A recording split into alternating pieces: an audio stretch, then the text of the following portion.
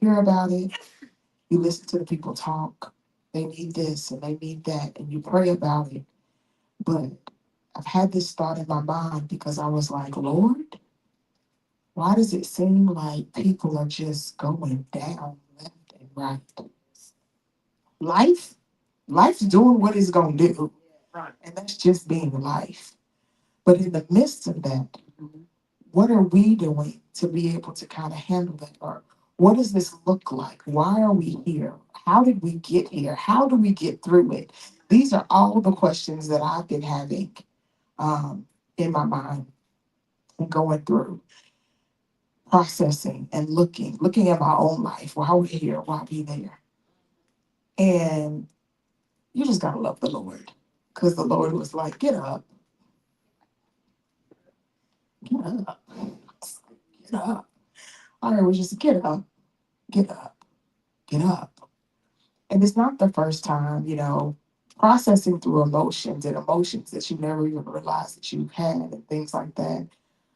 Walking through the process of grief for me, I will say this, there are emotions that'll come up and I'll be like, oh God, wait a minute. Yeah. One, where did you come from? Two, where are you going and how long you staying? Because like you didn't know. Wait, I didn't buy this ticket today. This film and everything like that. But you go through that. And so I really thought about that. And so what I want to say is that when we misunderstand the purpose of a challenge, we'll believe that it only came to punish us or to delay us or in some way to destroy us. And so when we hear the word trial, oh, the trials and tribulations, all of this, we immediately think of the pain that it causes. And what happens is that our trials become places where we'll do one or two things. We'll either lie down under the weight of it or we'll rise to a greater faith. And so let's look at this a little bit because if you look it up in the dictionary, the first thing that a trial is going to tell you is that it's a test. And then when we think of tests, we think of pass or fail. And then we're going to go all out to try to study and do everything we can because we don't like to fail. And we don't like to feel the feeling of failure within ourselves. And we certainly don't want somebody else to see us fail. And so when we think of tests, that's when people's anxiety starts going up. Like, I got to get it right. I got to be this or I got to be that. But I started to think about trial in a different way. And in my mind, I was thinking about how many of y'all have them like they trying to buy you these apps? They want you to purchase this app. They want you to purchase this. And everybody says it's a trial version. It's a trial version. Hey, will you want to try this trial? Hey, I'll give you a 3-day trial. I'll give you a 7-day trial. I started seeing that everywhere. And it made me start thinking about trial a little different. Because if we're thinking about a trial for a product, that trial just becomes nothing more than a process to test whether this is something that's going to be useful for me. Or sometimes Apostle did it this weekend. Hey, we're gonna have this first one. Let me do my live. Let's test it out. You have clinical trials that come to say, okay, is this treatment really gonna work? Those are tests as well. But in those trials, what we're doing is we're allowing something to be explored, something to be tested, or something to be proven before it's fully released. Because a lot of times we want to be fully released, but the truth is, if God releases us fully, then we have to pull back a whole lot more than we would have if we just went through the trial. And so, in the same way, we encounter life. In the same way, we have seasons of testing that can reveal what's in us. It's going to show us whether our faith needs to grow or it's going to prepare us to carry more. I put this, a trial is not always evidence that something is wrong. Sometimes it's an environment where strength, faith, endurance, and spiritual maturity are developed. So we got to really look at our trials because challenges did not come to us to make this our permanent resting place. And if we really are honest with ourselves, there's a lot of things that we went through that shaped us in the way that we rested there and we stayed there and we allowed it to become part of our identity when it was never meant to be there. And the truth is that some things may bring you down, but it does not have permission to keep you there. It just doesn't. And so let's take this to the word for a moment. Okay. We know this scripture. We do it. We quote it. Oh, count it all joy. Count it all joy. Yeah. Somebody going through count it all joy. What does that mean? And in a moment, I do not feel like being joyful. Why are you telling me to count it all joy? And it's really feeling to me like the worst day of my life. And you be like, get it together, count it all joy. No. James 1, 2 through 4 says, and I'm reading it in the NIV version. We'll go through that. It says, consider it pure joy, my brothers and sisters, whenever you face trials of any kind, because you know that the testing of your faith produces perseverance. And let perseverance finish its work so that you may be mature, complete, and lacking nothing. In this, well, the book is named James. It was written by James, just in case you were wondering. And James was Jesus's brother. However, he doesn't even introduce himself as that. He just starts off the chapter and says, "Hey, I'm James. I'm a servant of the God, of God and of the Lord Jesus Christ." But what he does is he becomes one of the principal leaders in Jerusalem after Jesus' resurrection. And so what's going on when he's writing this, it's one of the earliest New Testament writings.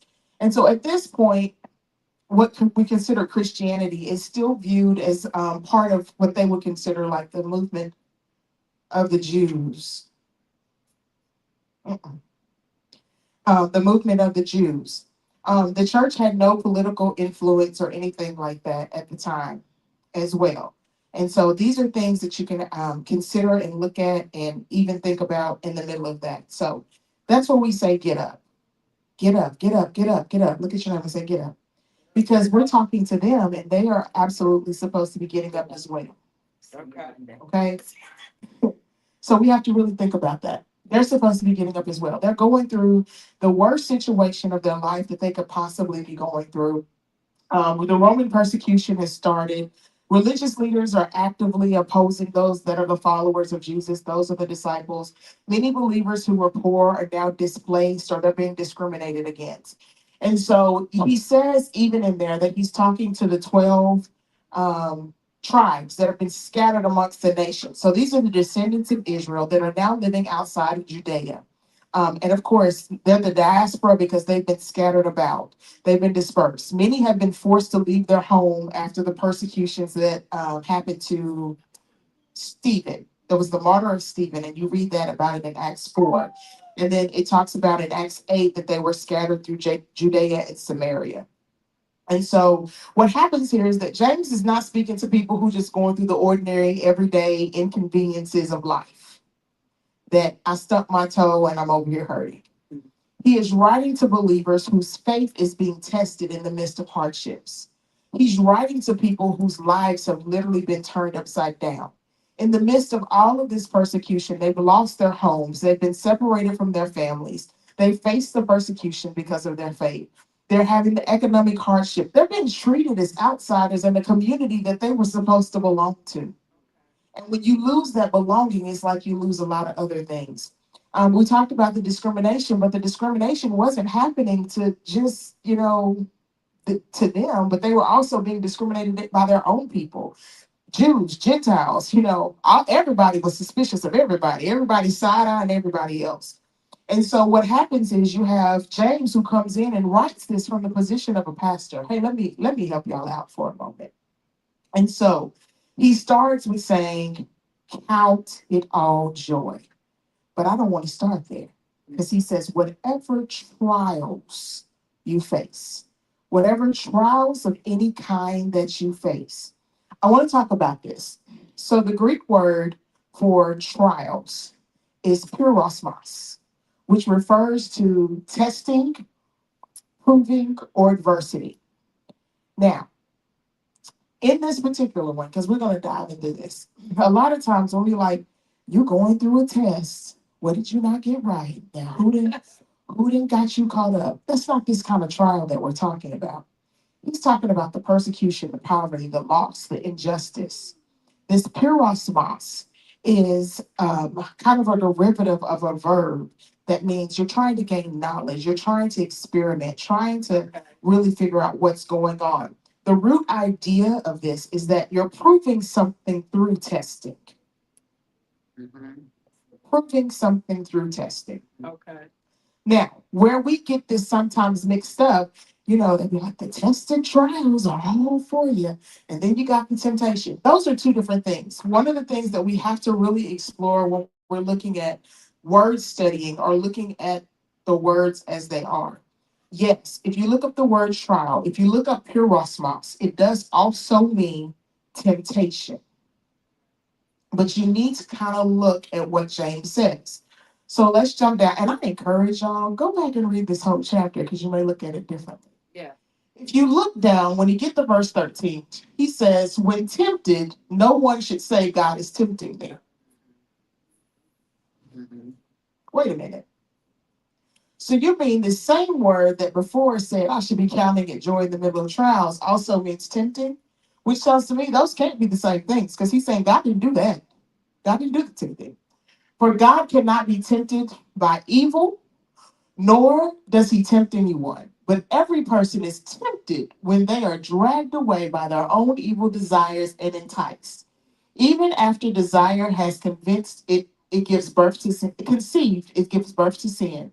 And sin, when it's fully grown, gives birth to death. So I really need to point this out to you because when we're talking about this temptation, that is completely different. A test that James is talking about beforehand is given by God designed to mature your faith. And he's using the word this way. Same word, different context is used in verse 13 when he's talking about temptation that entices towards sin. This is what originates from our own desires that come from an evil one or something we want or what we try to get to, and it's designed to produce failure. So the tests we're talking about today are not the ones that are the seductive temptation, but we're talking about the ones that are come to prove exactly who you are.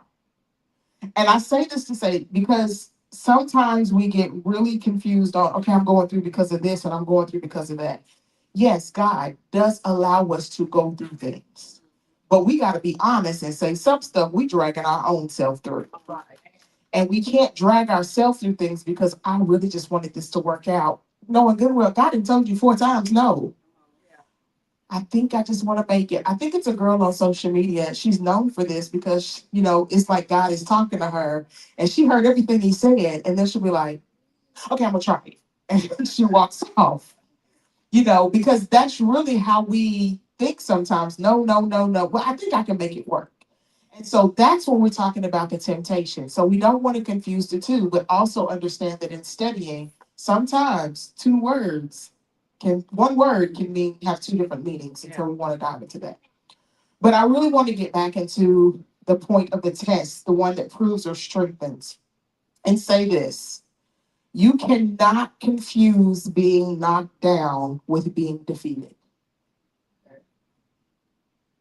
You cannot confuse being knocked down with being defeated. I don't know if you've ever watched boxing.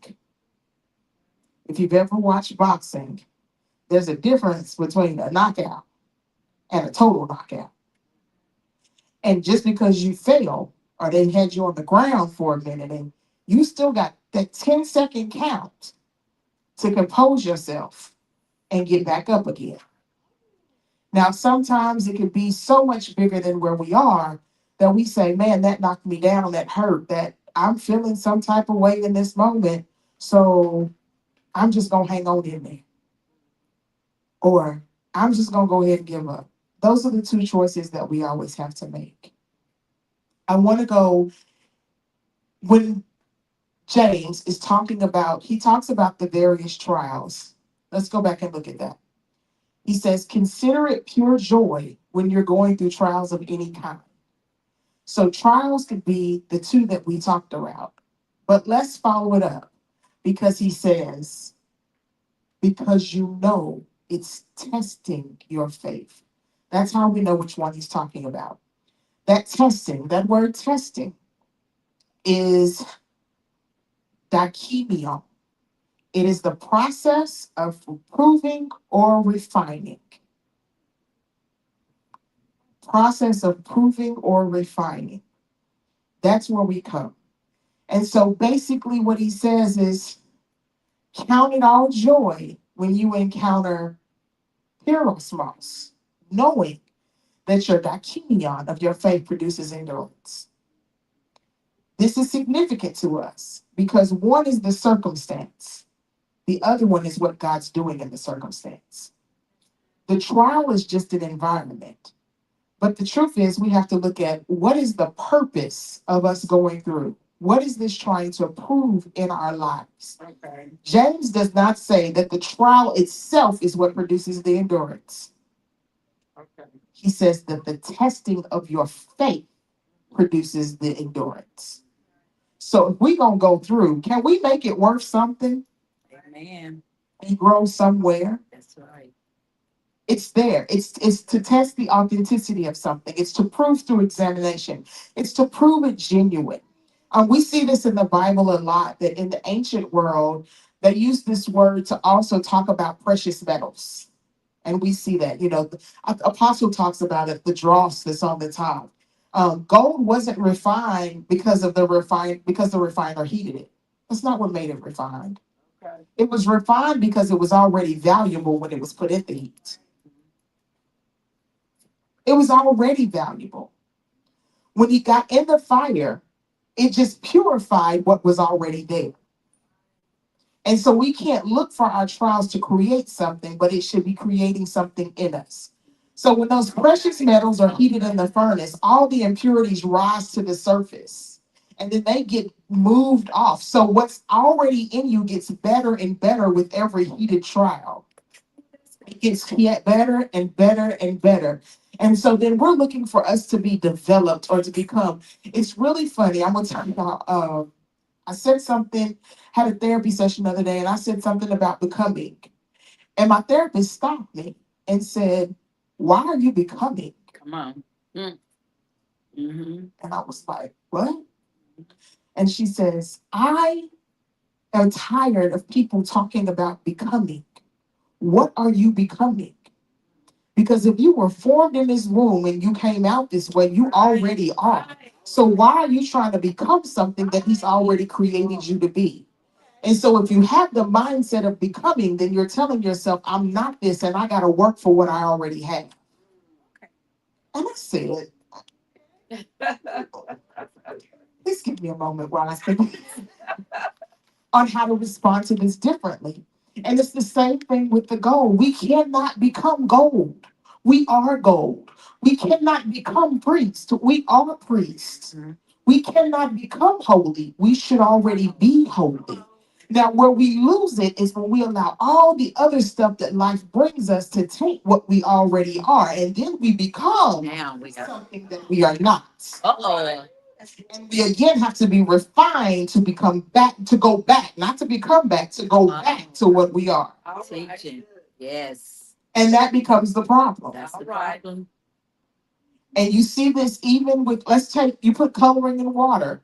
The water can't become clear again. But it's got to douse it with all of this other water. You got to douse it with what it is in order for it to get back to what it was. Yes. And so that's the part we don't like. We're facing a challenge. The trial is us facing the challenge. But the testing is God doing the work in us because of the challenge. And so you got to ask yourself, am I more focused on the trial? The pure response? Okay. Or am I focused on the testing?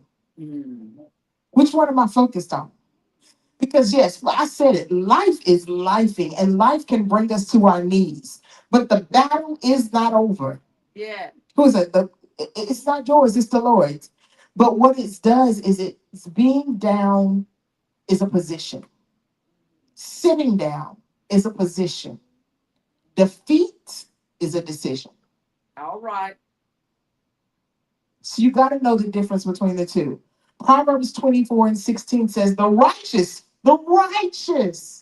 falls 7 times. But you know what the righteous does? Rises again. It's going to get back up again. Yeah. And so the distinction is not that the righteous never falls, is that they don't remain there. Falling is going to be part of the story. That's right. I don't know who said, no, we don't do that. Yes, we Yes, do. we do. Even when babies are learning to walk, in order for them to walk, falling is part of their story. Yes. Come on now. But whether they get up and continue to going, that's the ending part. That's right. And I can look at all of us and say, I don't know how many times we fell, but we up Right. and we're moving forward. Yes. And so what's happening is, he said it, the trial is stretching your faith. Yes. He's stretching your faith. Yeah. And that's where we are stretching. We got to get to the stretching. And in the stretching, this is where the endurance comes. Notice he doesn't say that the testing simply reveals endurance. He said that the testing produces endurance. Yes, that's good. It doesn't reveal, it produces it, which means something is being developed. All right. So here's my question. I had to get Mr. Water for this. Why do we stretch before we exercise? Why do we stretch before we exercise?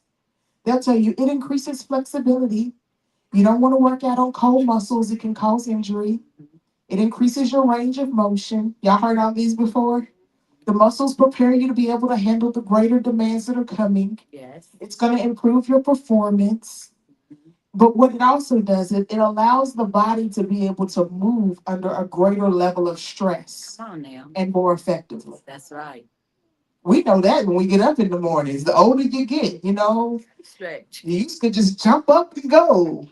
And then with every, you be like, wait, I'm moving a little bit slower. Let me lay here.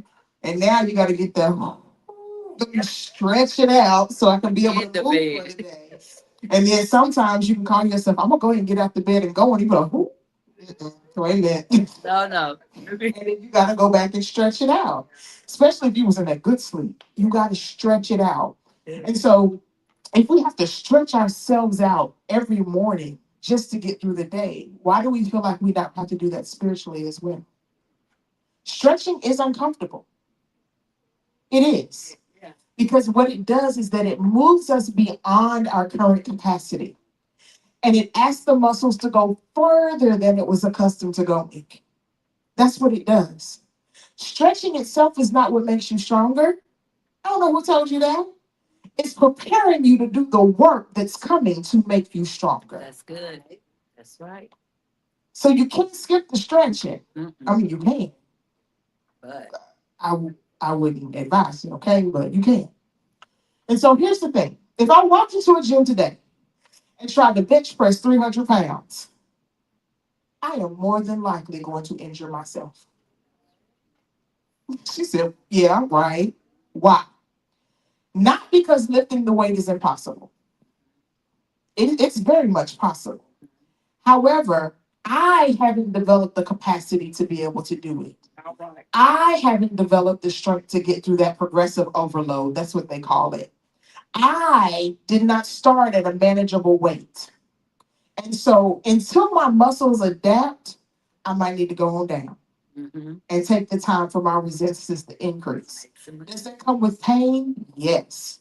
Does it come as it stretches out? Yes. Yes. But what happens is the trials often require us to trust God at a level we have not needed before. Okay?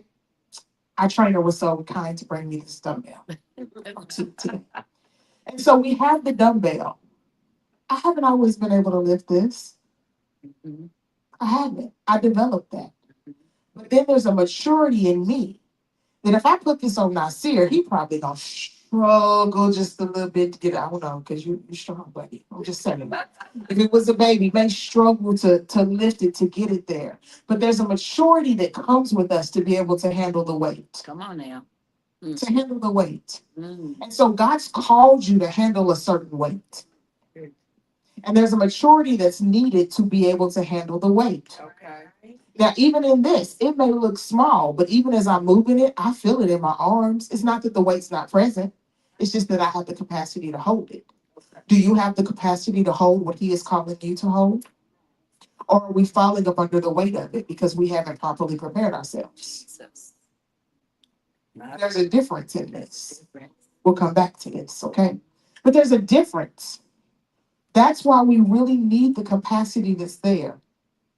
Yesterday's faith may have carried yesterday's weight, All right. That's good. but today's a new day. Mhm. Comes with its own challenges. It comes with its own situations. It comes with its own circumstances. You better beat me to it. Yeah. It comes with a new weight. As every season changes, you may have developed the strength needed for the last, Mhm. but have you developed it for the next? Because God's mind is always on our next. He knows what tomorrow requires. Yeah. Hence, his thoughts are so much further than our thoughts because we thinking about what we got to do in the moment, Right. and he thinking about our long term. And so, before he can increase the assignment, because we were like, give me more. We want more. I want more of you. I want more of this. I want to do this. Do you have the capacity to do what you to do what you're asking for? Are you willing to go through it? Because the challenge is not only testing whether you have faith, but it may be increasing the capacity of your faith and stretching it out, That's good. stretching it out, Good. going to a different place, To doing a different thing, Yeah. looking at it a brand new way. That's good. We got to stretch that out. And so, as we're stretching it out, I'm talking about getting up, I'm talking about returning. And the goal is not always just to get up and return to who you were before trial. I have made up my mind. Let me tell you something. There is no way that I'm going to go through and go through and go through and end up with the same results I had before I started. That's right. That's good. Mm. That's where I got to. Because after you go through so many times, you're like, not again, not again, Again. Right. not again with no results, not again with nothing to show for it. Right. If we're going to go through, I need to come out wiser. I need to come out stronger. I need to come out more discerning. I Right. need to come out more disciplined. And I need to come out with more dependency on God, who is the very one that causes me to live, move, and breathe in every day. Breathe every day. And so you cannot just simply get up from something. But I'm hoping that when you get up, that your endurance is greater, Yes. or your vision is clearer, or your boundaries are stronger, or your faith is deep. Your testimony, please come out with a testimony to bring Yes. somebody else through Right. Please. and have the wisdom to go for the next season. Somebody once said, if you could go back and do it all over again, would you? Only under one condition. Do I have the same wisdom and knowledge from everything that I've been through and learned? Because otherwise, I'm just going back to do the same thing all over again. Right. And I prefer to stay where I am with the knowledge I have than to go back and do that again. Right. I'm good. I'm good. Yeah. I'm good. 2 Corinthians 4:8-9 says, we are afflicted in every way, Yeah. but not crushed, not perplexed, not in despair, not persecuted, but not forsaken, Yeah. struck down, but not destroyed. Again, the trial may have brought you down, but it came to raise you and your faith.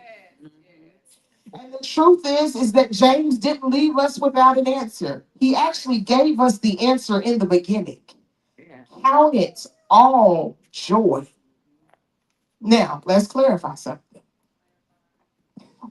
It needs to be clarified. People say joy is happiness. No, no, no, no, no. It's not just simply happiness. The word joy is translated. Does mean joy. It does mean gladness. It does mean delight. It must does mean that deep inner rejoicing. But it's also a common Greek saying that's similar to rejoice or greetings. But again, it has another shared meaning, and that other meaning is grace. Grace. Grace. There's been many scholars that have pointed out that this is more than a coincidence. Because when you look at joy, I want to talk about biblical joy, not the one that we say. But joy is often associated with the fruit or response to God's grace. Joy and grace, linguistically and theologically, that's what I'm trying to say, are connected in some ways. And so we have to really look at our inner joy being connected to the who God is, his character, his purposes, regardless of any circumstances that we're going through. And this explains why James can command joy in the middle of trials. He's not asking you to enjoy your suffering. He's not saying get over it. Right. What he's doing is saying take a minute to evaluate your circumstances and look at it through the lens of what God is trying to accomplish. Look at it through the lens of how he can use it. He says he will make all things work for the good of those that love him. But when we're going through, does that come to our mind? No, no. We'll even start asking, why is this happening to me? What good is this? Why? No, no. He has a purpose, so we can count it all joy. Again, it doesn't feel good, but he's saying you here.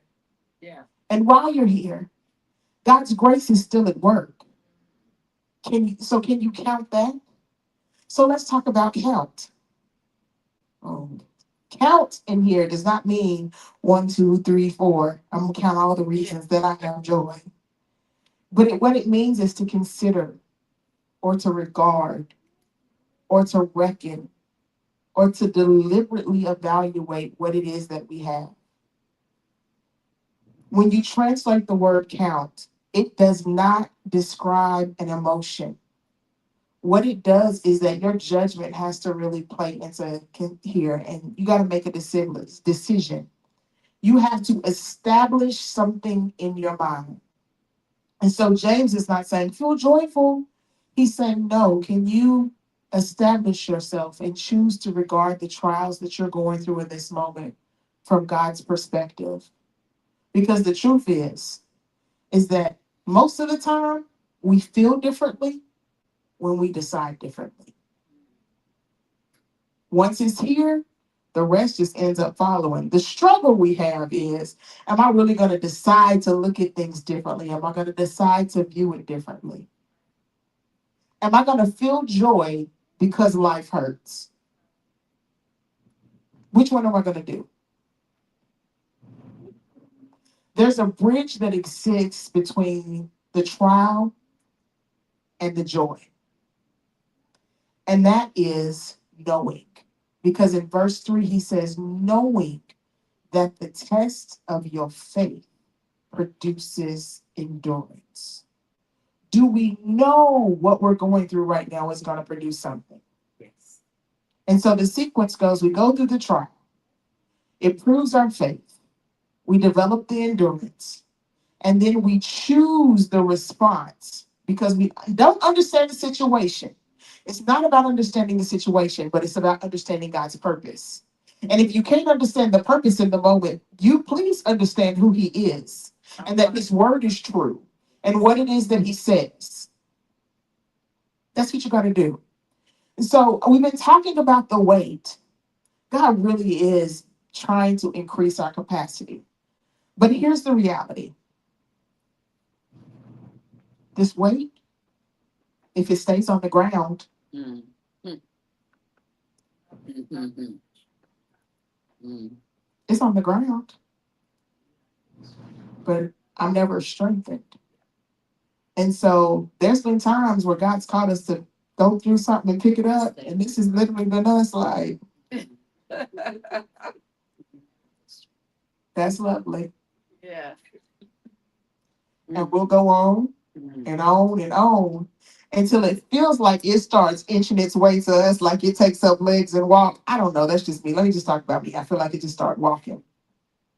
And so then, okay, I got it. I got it. And then you rested right here. Mm. The problem with this is if you never do anything on it with it and it stays on your chest, eventually what it does is because you don't have the capacity for it, it's gonna crush you. Mm. And because you haven't chose to fully embrace it, your spotter, who's the Lord, Mhm. is looking at you like you're supposed to have the capacity for that, but we screaming, God help, God help, God help, God help, to come take the weight off. Mm. When he's saying, I want you just to lift it to be able to build it. And so for some of us, in some things, the trial is we're no longer carrying the trial. The trial is carrying us. And the problem is that we are becoming pressed down to this because at some point you're not lifting it. It becomes something that is pressing you down. And it may not be in every area, but there's some areas where it's pressing you down. And I recently kind of experienced, no, I not kind of, recently experienced this because I can go days, weeks, months feeling all kind of emotions, and I'll just be like, I'm okay, I'm okay, I'm okay. And so I did that for so long that one day I had to be like, I am not okay. Yeah. I'm not okay. But at this point, I can't pinpoint why I'm not okay because I've been okay for so long. And God's like, can we just go ahead and address what I'm trying to address? Can I do what I'm trying to do and not feeling like you got to press on? Because sometimes what pushes us down isn't that we just like negligent. Is that we feel the responsibility of life to be here and to do this and to go there and to carry all of these things that God's like, take a moment to sit in my presence and let's deal with it. And you like, I gotta go to work. Oh, I gotta take care of the kids. Oh, I gotta pick up this up there. I gotta do that. Yeah. Not realizing that it's slowly depressing you. Yeah. I had to get a better understanding of depression because we always look at it as like this emotional, we're down, we can't get up. But depression is nothing more than something that is continually pressing you down, moving you from the place where you previously were. And so then we don't want to admit that we're down there and we're not fully functioning in the ways that God has called us to function or doing what we've been called to do because we've just over here laying under the trial. And that's where we have to move from. We've got to be able to lift the weight. So James says, in this moment, you have to make a decision. Not a decision that it doesn't hurt anymore. Not a decision that I finally understand everything. Because if y'all get there, please let me know. But a decision that I'm not going to stay down in anything that has me. That's where we have that. That's good. But that's where that word comes from. Hagar. That's the decision. So the question I have for you today is, will you continue lying under the weight or will you get up? Because that's the decision that we're facing. Life is happening. Health is happening. Family members, we got things going on with them. All of that's happening. But will you make the decision